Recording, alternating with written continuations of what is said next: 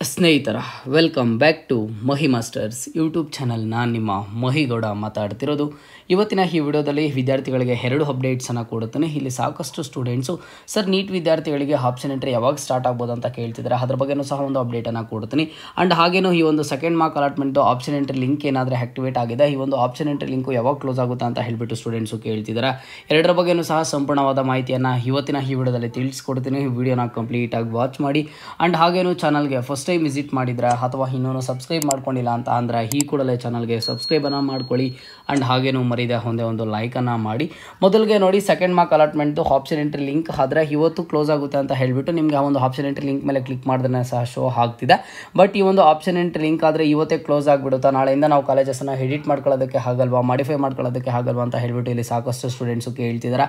ಖಂಡಿತವಾಗ್ಲೂ ಸಹ ಆಗುತ್ತೆ. ಇದನ್ನು ಮತ್ತೇನು ಲಾಸ್ಟ್ ಡೇಟನ್ನು ಆದರೆ ಎಕ್ಸ್ಟೆಂಡ್ ಮಾಡ್ತಾರೆ. ಇವತ್ತೇ ಆದರೆ ಕ್ಲೋಸ್ ಆಗೋದಿಲ್ಲ. ಸ್ಟೂಡೆಂಟ್ಸ್ ಯಾರನ್ನು ಸಹ ವರಿ ಆಗೋದಕ್ಕೆ ಹೋಗ್ಬಿಡಿ.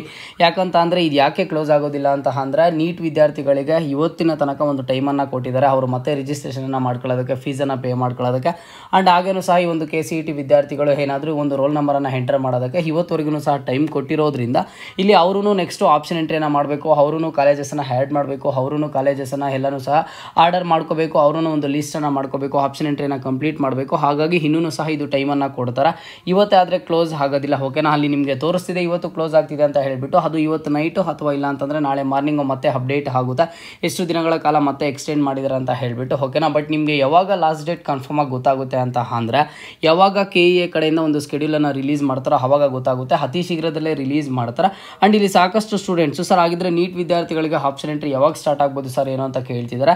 ನೋಡಿ, ನೀಟ್ ವಿದ್ಯಾರ್ಥಿಗಳಿಗೆ ಇವತ್ತಿನ ತನಕ ಒಂದು ಟೈಮನ್ನು ಕೊಟ್ಟಿದ್ರು ರಿಜಿಸ್ಟ್ರೇಷನ್ನ ಮಾಡ್ಕೊಳ್ಳೋದಕ್ಕೆ, ಆ್ಯಂಡ್ ಹಾಗೇನೂ ಸಹ ಫೀಸನ್ನು ಪೇ ಮಾಡೋದಕ್ಕೆ.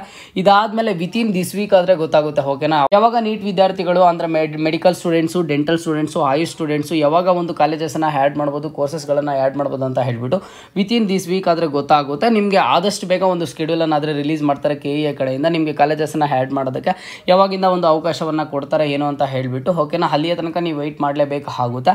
ನೀಟ್ ವಿದ್ಯಾರ್ಥಿಗಳು ಆಪ್ಷನ್ ಎಂಟ್ರಿಯನ್ನು ಕಂಪ್ಲೀಟ್ ಮಾಡೋವರೆಗೂ ನಿಮಗೆ second mark allotment option entry link ಆದರೆ ಆ್ಯಕ್ಟಿವೇಟ್ ಆಗಿರುತ್ತೆ. ಅದಾದಮೇಲೆ ನಿಮಗೆ ಒಂದು 3 ಡೇಸ್ ಆದಮೇಲೆ ಒಂದು ರಿಸಲ್ಟ್ಸ್ ಆದರೆ ಬರುವಂಥದ್ದು, ಸೆಕೆಂಡ್ ಮಾರ್ಕ್ ಅಲಾಟ್ಮೆಂಟ್ ರಿಸಲ್ಟ್ಸು.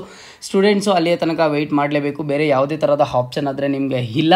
ಇಲ್ಲಿ ಸಾಕಷ್ಟು ಸ್ಟೂಡೆಂಟ್ಸು ಸರ್ ನೀಟ್ ವಿದ್ಯಾರ್ಥಿಗಳಿಗೆ ಆಪ್ಷನ್ ಎಂಟ್ರಿ ಯಾವಾಗ ಸ್ಟಾರ್ಟ್ ಆಗುತ್ತೆ ಅಂತ ಹೇಳ್ತಿದ್ರು. ವಿತಿನ್ ದಿಸ್ ವೀಕ್ ಗೊತ್ತಾಗುತ್ತೆ. ಓಕೆನಾ, ಯಾವಾಗ ಸ್ಟಾರ್ಟ್ ಆಗುತ್ತೆ ಅಂತ ಹೇಳಿಬಿಟ್ಟು ಈ ವೀಕಲ್ಲಿ ಗೊತ್ತಾಗುತ್ತೆ.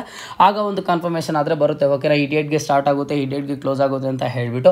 ಬಟ್ ಈಗ ನೀವೇನೊಂದು ಕಾಲೇಜಸ್ಸನ್ನು ಆ್ಯಡ್ ಮಾಡ್ತಿದ್ದೀರಾ, ಕಾಲೇಜಸ್ಸನ್ನು ಡಿಲೀಟ್ ಮಾಡ್ತಿದ್ದೀರಾ, ಕಾಲೇಜಸ್ಸನ್ನು ಮಾಡಿಫೈ ಮಾಡ್ತಿದ್ದೀರಾ KCET ವಿದ್ಯಾರ್ಥಿಗಳು, ಇವತ್ತು ಲಾಸ್ಟ್ ಡೇಟನ್ನು ಕೊಟ್ಟಿದೆ. ಒಂದು ಆಪ್ಷನ್ ಎಂಟ್ರಿ ಲಿಂಕ್ ಮೇಲೆ ಕ್ಲಿಕ್ ಮಾಡಿದಾಗ ನಿಮಗೆ ಇವತ್ತು ಲಾಸ್ಟ್ ಅಂತ ತೋರಿಸಿದೆ. ಬಟ್ ಇದು ಇನ್ನೂ ಸಹ ಎಕ್ಸ್ಟೆಂಡ್ ಆಗುತ್ತಾ.